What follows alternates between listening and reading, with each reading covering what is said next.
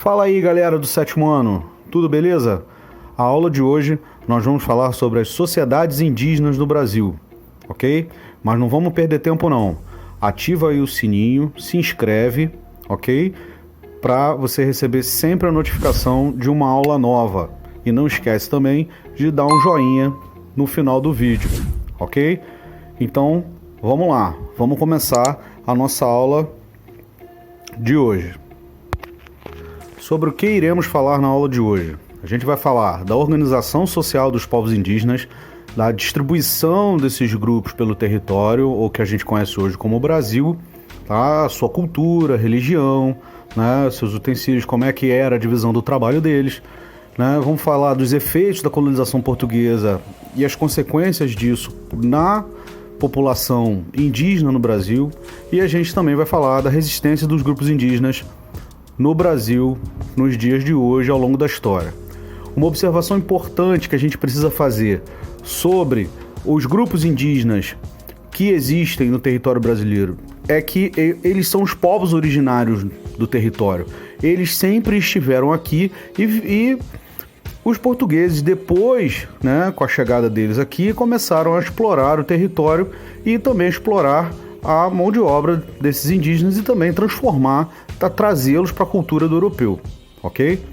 Os diferentes povos indígenas do Brasil, tá, têm uma diversidade cultural muito grande, ok? E lutam por identidade para que eles sejam reconhecidos como habitantes originários da terra, né? Existe legislação para isso, existe um Instituto Nacional em Defesa do Índio que garante esses direitos, a Constituição brasileira também, mas ainda é motivo de muita luta para o reconhecimento.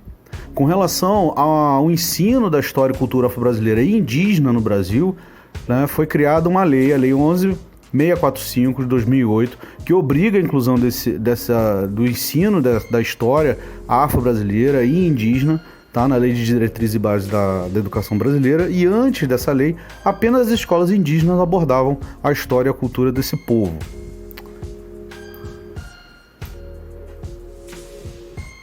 Aí você vê uma imagem de um grupo indígena, ok? Com os seus ornamentos, a pintura corporal, isso tudo faz parte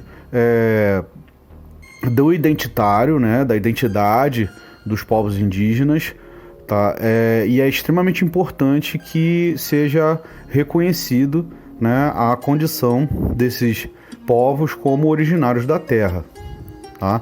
Você está vendo aí agora um mapa, que é um mapa do século XVI, que representa o litoral do território que hoje a gente conhece como Brasil, tá? E algumas representações dos indígenas. Isso é a visão europeia, é a visão do cartógrafo português, tá? Que fez essa representação segundo as impressões sob o ponto de vista do colonizador, ok?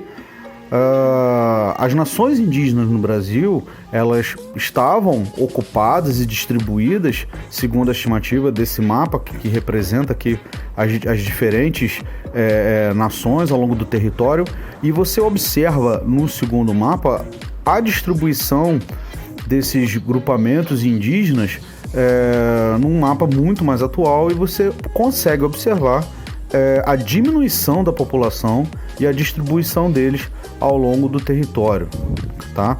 Você vê aí agora um mapa da população indígena na costa do Brasil no século XVI, e você percebe que era distribuído por todo o litoral brasileiro, né? Eles eram os habitantes que estavam aqui, né, que viveram aqui, já viviam aqui no momento da chegada dos europeus, no caso os portugueses, que foram colonizar essa região da América.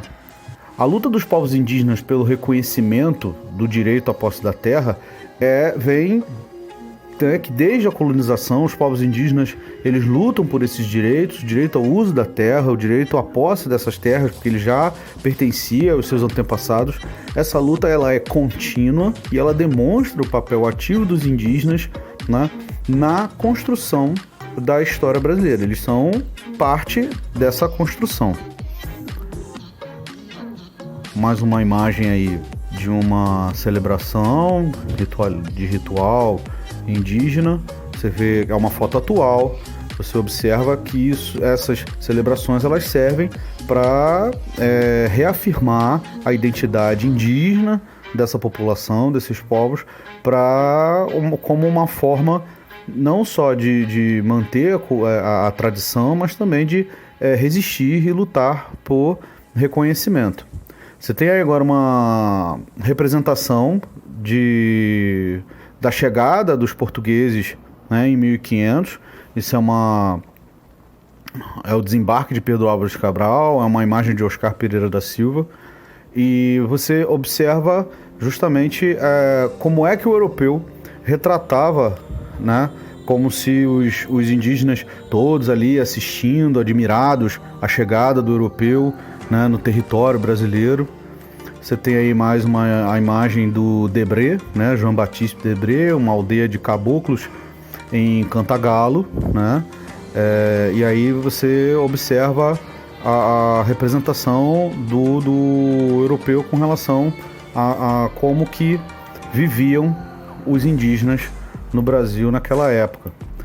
A gente tem muita representação de imagem, relatos de textos, segundo a ótica europeia. Isso é uma questão também que se debate muito no ensino, né, da história e da cultura das sociedades indígenas, por conta de uma visão muito colonizadora com relação a isso, não uma visão partindo do ponto de vista dos povos indígenas. Isso também é um motivo da luta, né, dos grupos indígenas com relação a isso.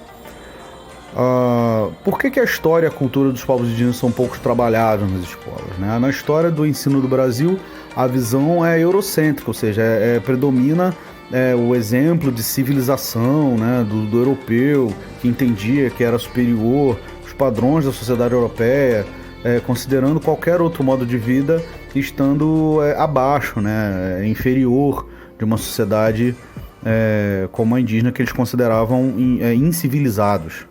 Tá? Vamos falar de traços culturais.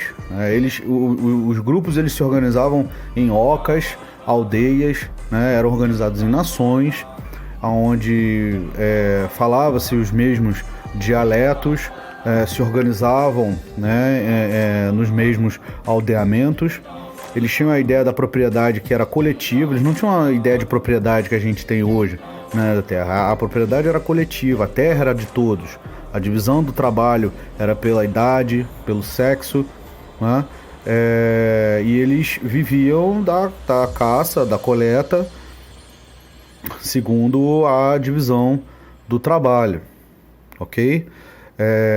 E eles realizavam os seus rituais segundo a sua religião, uma religião politeísta, ou seja, eles cultuavam deuses que eram representantes dos elementos da natureza e das coisas que eles precisavam para viver.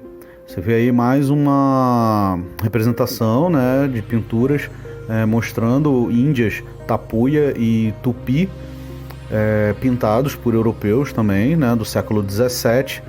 É uma imagem de Albert Ecout, e você consegue sempre a ideia de mostrar como é que se vestiam, se portavam, como era a forma como eles se apresentavam, né? Você vê índios homens, né? Índios Tupi e índios Tapuia, a diferença na forma dos seus instrumentos, dos seus ornamentos, enfim, na forma como eles cobriam o corpo e etc.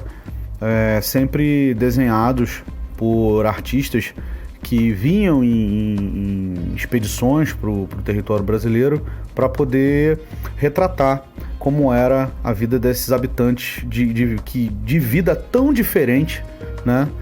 Segundo a forma de ver do europeu, né? Que tinha outra cultura, outra religião, outra organização social.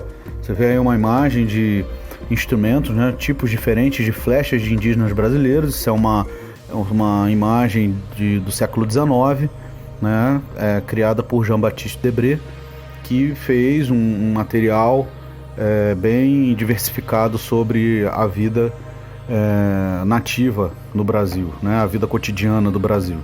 A identidade como instrumento de resistência, ela vai funcionar como uma peça-chave, né, da resistência dos povos indígenas mediante as tentativas do processo civilizatório, imposto primeiro pelo colonizador e em seguida pelas elites dominantes. Esse processo civilizatório tem a ver com a ideia da missão, de levar a religião, que era o cristianismo católico, para o indígena, porque o europeu entendia que o indígena ele era um impuro, porque ele não conhecia o cristianismo, não conhecia o Deus do europeu, ele adorava entidades da natureza e eram considerados pecadores por isso. Você vê essa imagem que representa muito o que é a questão da imposição da cultura europeia sobre o indígena, com a chegada, a celebração da primeira missa, né, em território brasileiro, e a representação na imagem da cruz no meio, né, e todos os indígenas observando, né, ou admirados ou espantados, não importa, estão todos. O europeu coloca como se fosse o centro, né, de tudo que estava acontecendo. E aí chega agora a hora de você praticar. As atividades ficarão disponíveis para você num link do Google Forms que vai ficar lá na página do Facebook, postado na página da escola, e você fará, né, preencherá respondendo as perguntas e vai enviar para mim que eu vou corrigir para você. Ok? A gente fica aqui nessa aula de hoje. Eu espero que você não fique com dúvidas. Qualquer coisa é só entrar em contato comigo pelas minhas redes sociais. Procura lá, Bruno Moraes, tá? E a gente vai ficando por aqui. Um abraço para vocês, um beijo nas crianças e fui!